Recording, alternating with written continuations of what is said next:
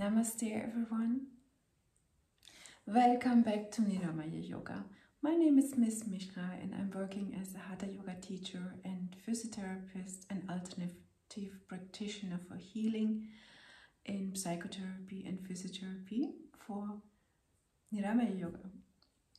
Today we are going further on with the urinary tract infection and bladder problems and the home remedies for this. But today I want to focus on the psychosomatic picture behind it, which is very important because for some people this is a coming and going thing. It comes and goes, and they're very tired of it, that it doesn't go away. So whenever you have a symptom in your body, you have to check also what is behind that. What does my psychic aspect wants to tell me? Or we can say the soul wants to tell you. So the psychosomatic things when it comes to bladder infection or urinary tract infection, we have to look a little bit what are the signs or symptoms when you have this, right? There's kind of a pressure. The bladder feels like there's a pressure and it's burning, and you feel kind of uncomfortable and stressed when you have that. It's not very something which makes you very tired normally. It's more kind of pinching you. It's uncomfortable, and so we can always have a look what would cause such feelings in us, which are now shown in the bladder. So the bladder is something which is therefore to clean and to let go, and together with the intestine and with the heart, together it has a connection, and it belongs to things which go on our heart, and which is like, what do we need to sort out?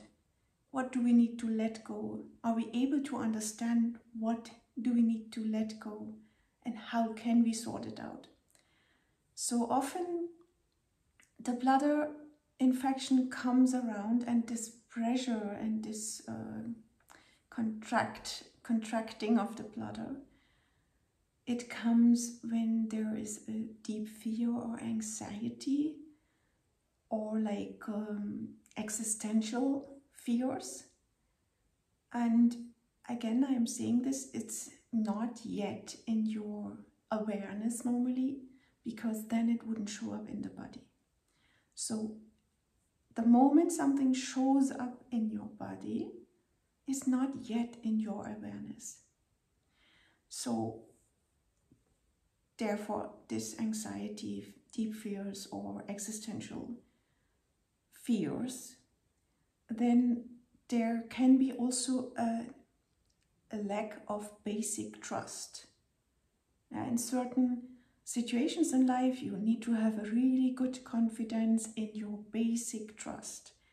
And therefore, when you have bladder problems, you might also contemplate on that. What could be like my fear or my lack of basic trust here? So how are you able to interact with people? Do you feel comfortable, or do you start also becoming overactive, or like you want to just hide away? So both things are not something which is healthy. You always should feel very comfortable being in your middle and not drawn to something you think you might have to do for other people. It should be always fine for you. All the rules should be your rules. And so a typical thing is when people have a tendency of overworking or being overkind, or this doing too much. That is also a typical thing which you can cross-check and contemplate on it if you're doing that. Another point can be emotional conflicts. You know, whenever you have something maybe which is very contrary. So, you know, something like, for example, you're in love with someone, but this person also does something which you don't feel comfortable, but you don't know how to say it, for example. That could be an emotional conflict. Or you live together in a big family with people, and some people, they are maybe not the best social life for you, being with them all the time, and then other people are very helpful for you and you don't know how to deal this situation. It's just an example. So emotional conflicts, they also give pressure on the bladder, and then it doesn't mean that you have all the time already an infection, you know. Just already you feel tense, the bladder is tensed, for example. That's already the start, yeah. Or you feel like, I have to go to pee, it's too much stress right now. Yeah. And so what you can definitely learn when you feel such things, like you feel like this overworking thing, or you feel you have this emotional conflicts, you can learn to, in baby steps, to set limits to people and set limits for yourself also, so that you don't do overwork, or that you don't bring yourself all the time in a vast field of conflicts. Yeah.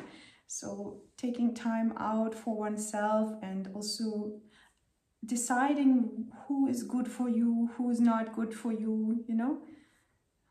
People say nowadays, toxic people. If you feel someone is toxic, then you don't need to let him in your house, you know. So you have to find ways. So this is just an invitation to understand such things can be behind your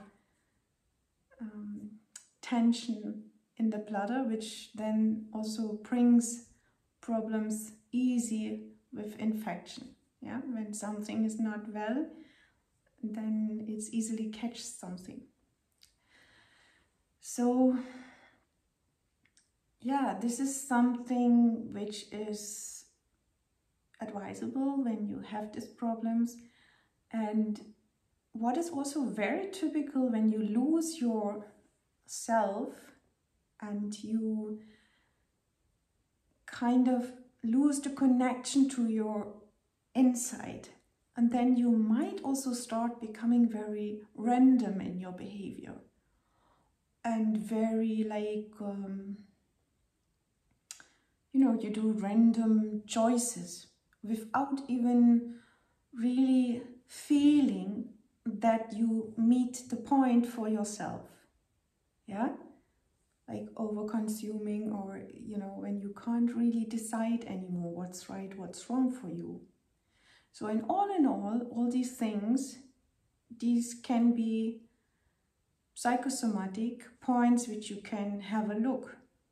Are you very good connected to yourself? Are you able to draw your limits? Draw limits and make sure that people don't cross your borders all the time. And do you know what is good for you and where you want to go? And so for this, you can always learn techniques from the yoga, for example, and you can also learn from Ayurveda certain things which will support you, how you can build up yourself in such a way that you feel you have space and time and a routine to get connected to yourself within, to understand, to gain trust within, to understand what you need, and to understand what you don't want anymore, and to heal from within and to get strong from within. So that's my invitation for you. Of course, there is like a vast field and there can be so many more things, but just a little kind of overview which comes around psychosomatic in this field of urinary tract infection. So you can use relaxation techniques, you can use warmth, you can learn really the practice of meditation. This is all very helpful, and it's only very important to find a good teacher which can help you and initiate you in these techniques. All the best for you, and see you next time. Namaste.